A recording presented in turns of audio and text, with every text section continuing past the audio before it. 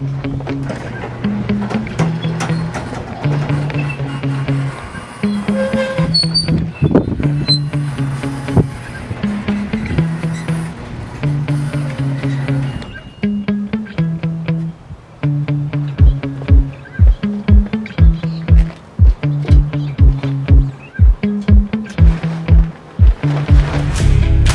we are still waiting on the motor, today I'll be looking into an issue that has plagued the truck ever since I lowered it. Well, kind of. Ever since I put a set of Beltech 2-inch lowering spindles on the front, I've been stuck with these monster truck tires mounted on 18s. So today, I hope I can fix that and use a slightly smaller set of wheels I have laying around to give myself a little more clearance. So first thing I'm going to do before I get started is fix these jack stands here, because from the exhaust video I guess the truck moved forward a little bit, raising the back feet up, so that's gonna require moving the transmission out of the way and jacking it up from right about here.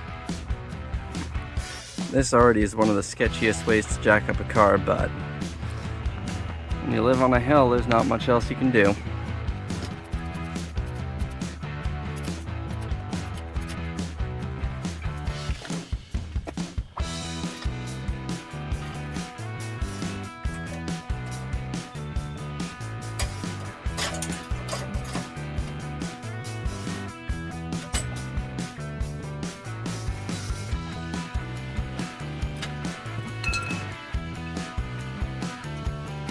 We've got 18-inch wheels on here already, which are fine, they're nice, they fit, they came stock with the truck.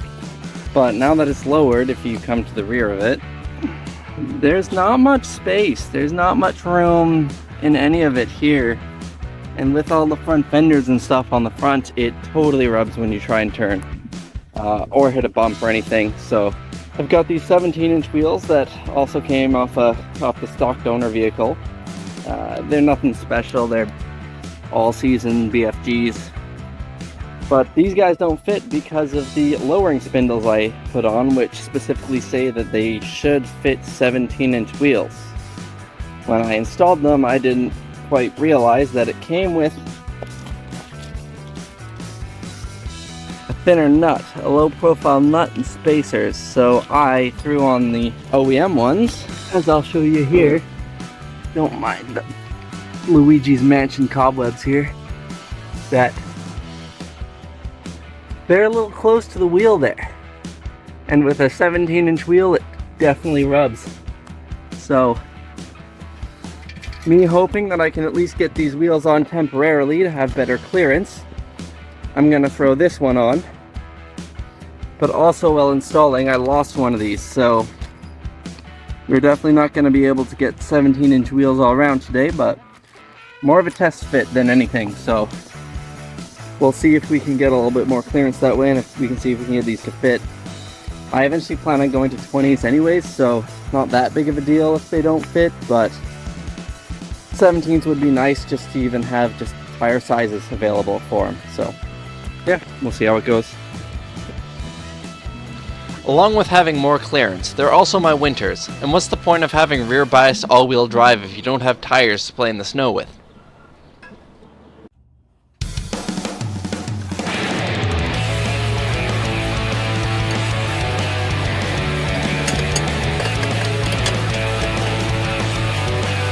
So unfortunately, the car's in the air and I don't have anyone to step on the brakes inside.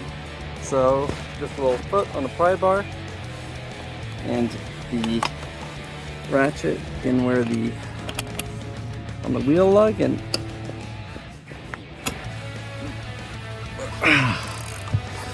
that'll get her loose.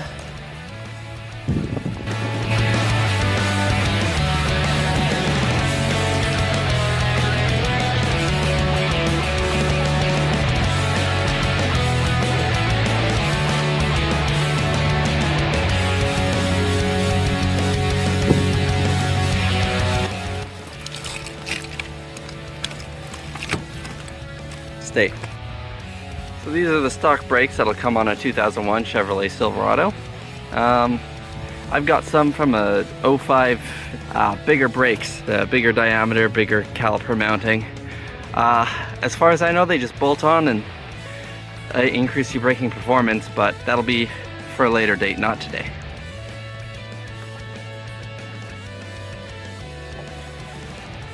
You can actually see how much of a difference that makes.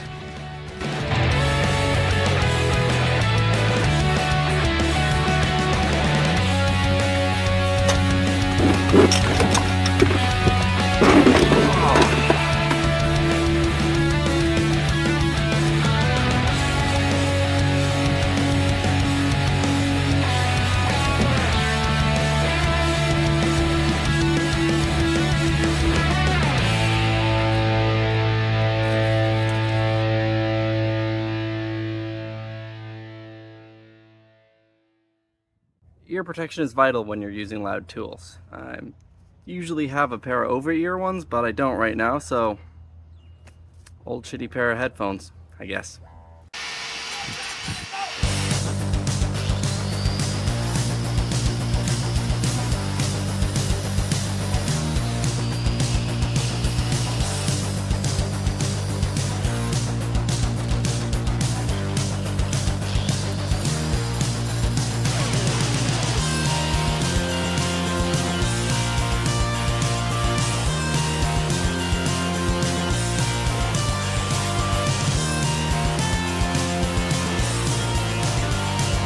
Well, as we can see, it's close, for sure, but it no longer rubs.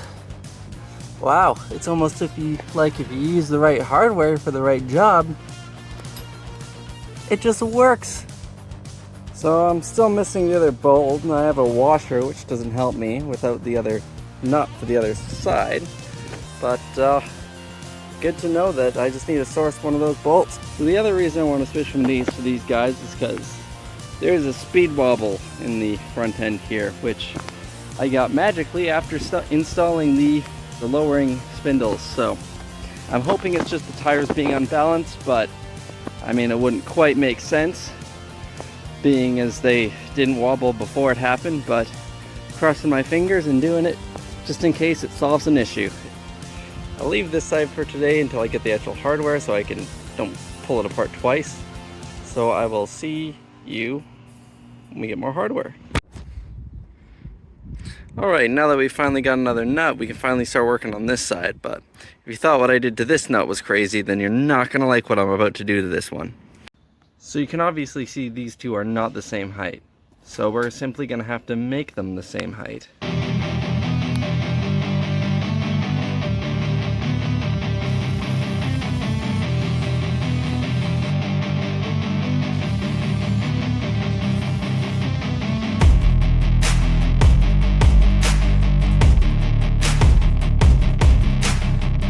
Can't even tell the difference, can you?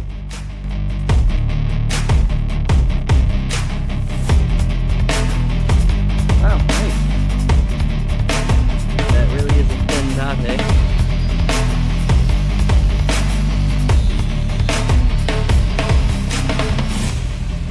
So what I'm gonna do now is take off this nut and throw some blue Loctite on there, because let's be honest, there's not much nut there holding that on.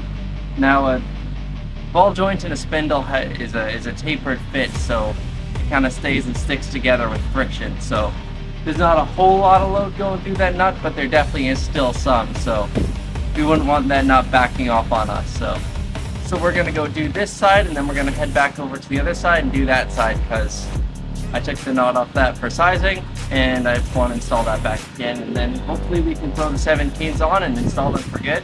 And we're probably even gonna do the back, because we can.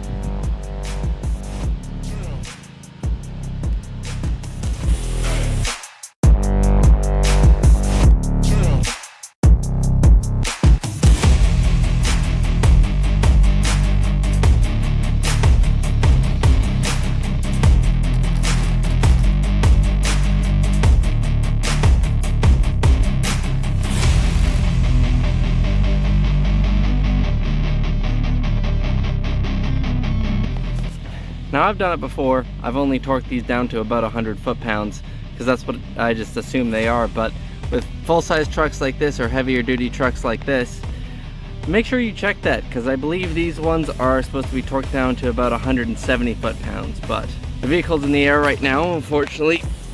torquing ain't gonna do too much with that, and my previous trick with the pry bar ain't gonna do too much for 170 foot-pounds. So we'll set a mental note and torque them down when we get it back down on the ground.